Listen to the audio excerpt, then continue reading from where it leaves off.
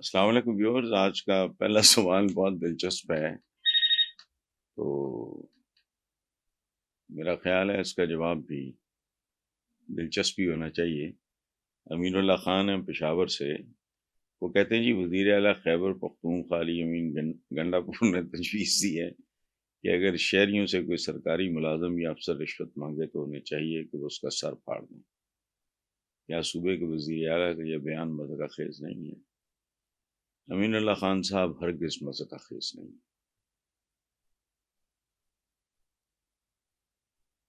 وہ علی امین گنڈا پور نے تو کہا اس کا سر پھاڑ دیں، میں ہوتا تو کہتا ہوں اس کا پیٹ پھاڑ دیں۔ پاکستان کہاں پہنچ گیا ہے؟ شرم آتی ہے مجھے اسے اسلامی جمہوریہ کے، تو میرا وطن ہے، جنم بھومی جسے کہتے ہیں، کہ جتنے بدماش ہیں یہ فنکشنریز، ان میں سے کوئی 2-4-5% انسان کے بچے ہوتے ہیں، ادروائز ان کا لائف سٹائل دیکھیں، تنخواہیں دیکھیں، اوقاتیں دیکھیں، ان کا بیک گراؤنڈ دیکھیں کیا ہے۔ یہ سمبولک بات ہو رہی ہے۔ وہ جو علی امین گنڈا پور نے کہا اس کا سر پھاڑ دیں، بات اس آدمی نے بھی سمبولک کی ہے، یہ وہاں تک آ چکا۔ دیکھیں ہمارے پنجاب میں، آپ کے ہاں بھی متبادل اس کا کوئی نہ کوئی ہوگا۔ امین اللہ خان صاحب ہمارے یہاں کہتے ہیں ڈنڈا پیر ہے بگڑے ہیں تو گرائیں گے، بے شرم، بے حیا، بے غیرت، طوائفوں سے بدتر لوگ ہیں۔ یعنی اسلامی جمہوریہ پاکستان میں مسلمان فنکشنری چھوڑ دو، کچھ اور کر لو۔ آقا کا حکم ہے، ان سے محبت، رمضان المبارک منا رہے ہیں تو فلانا ہو رہا ہے، روزے رکھ رہے ہیں، عمرے بھی کر رہے ہیں، حج بھی کر رہے ہیں، دھڑیاں بھی رکھی ہوئی ہیں، رشوت کے بغیر یہاں کچھ ہوتا ہے تو حضور کا فرمان کیا ہے؟ تو یار اتنی لاج، وہ روحانی باپ سے بھی بڑھ کے ہستی ہے، یا ہم جیسے بدبختوں اور لانتیوں کے لیے انہوں نے طائف کے پتھر کھائے تھے اور احد کے زخم کھائے تھے؟ خدا کا خوف کریں، پیٹ پھاڑ دیں۔ ملک وہاں چلا گیا جہاں خدا کی پناہ ایک سے ایک بڑا بے غیرت اور فنکار، چپڑاسی سے لے کے اوپر تک، from P N to the top man. تو سمبولک بات ہے، ٹھیک ہے، مطلب یہ ہے کہ ریئیکٹ کرو،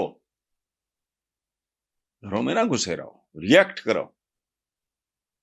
تمہارے حصے کا رزق جو کھا رہا ہے، جو بدماشی بھی کرتا ہے، آنکھیں بھی دکھاتا ہے، تمہارے بچوں کا، تمہاری نسلوں کا رزق کھانے کے بعد آٹے بھی تمہارے آگے پھینکتا ہے، جیسے بندہ کسی جانور کے آگے وہ ہڈی پھینکتا ہے۔ تو مجھے نہیں برا لگا۔ اسکرین پہ چل رہا ہے ڈونلڈ لو، وہ کہہ رہے ہیں کہ سائفر کے حوالے سے انہوں نے بات کی ہے کہ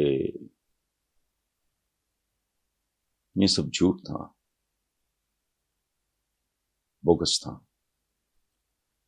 اور یہاں اس بات کو کتنا اسکینڈلائز کیا گیا۔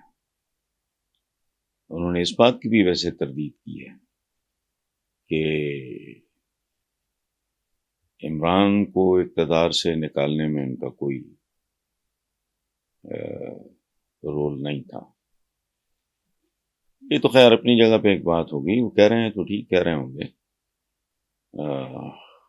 لیکن ایک پاکستانی کے طور پہ ڈونلڈ لو کے اس بیان نے مجھے جھنجھوڑ کے رکھ دیا ہے۔ اس ٹائپ کے لوگ ہیں ہم، کون ہیں، کیا کر رہے ہیں، کس حد تک جا رہے ہیں؟ نفرتیں، محبتیں، اختلاف سب اپنی جگہ، اور ان میں سب سے زیادہ مکروہ کردار کس کا ہے؟ اس ملک کا سیاستدان۔ پھر یہ کہتے ہیں کہ ان کو چھتر پڑتے ہیں۔ وہ خواجہ آصف نے کہا تھا ایک بار کہ جب ہم اقتدار میں ہوتے ہیں پولیس ہمارے آگے آگے ہوتی ہے، جب باہر ہوتے ہیں تو پیچھے پیچھے ہوتی ہے. تمہارے تو بالکل پیچھے پیچھے ہونی چاہیے. جس طرح کا گندا غلیظ ایک کیریکٹر، عجیب و غریب بات ہے. میں رائٹ اور رانگ کی بات نہیں کر رہا. اب وہ دونوں جو بیٹے آئے ہیں نواز شریف کے، مجھ سے کسی نے سوال کیا کہ میرے پتہ نہیں اپنے چینل پہ کہ وہ تو جی وہ فارغ ہو گئے. تو میں نے کہا ان کے آنے کا صرف ایک ہی مطلب تھا. تو جس میں ایک ایسا ملک جس میں سزا اور جزا کا کوئی ماں باپ ہی نہیں ہے، آگا پیچھے نہیں ہے، تو ایک پاکستانی کے طور پہ قدم قدم پہ بندے کو خجالت ہوتی ہے، ندامت ہوتی ہے، شرمندگی ہوتی ہے. کس کے بارے میں؟ سابق پرائم منسٹر پہ دیکھو، سائبر الزامات کو جھوٹ قرار دے رہا کون؟ ڈونلڈ لو. اور یہاں کے یہ کیا بیچتے رہے ہیں، کیا بیچنے کی کوشش کرتے ہیں. تو خدا کی پناہ ہے، اس ملک کی اقتصادیات بہانا ہے، اس کو بھی برباد کرنے والے یہی لوگ ہیں. جہاں جینون بات کا تصور جو جس کے دل میں آئے، جس کے بارے میں آئے وہ کہہ دیتا ہے، یا تو ننگے چٹے ثبوت ہوں.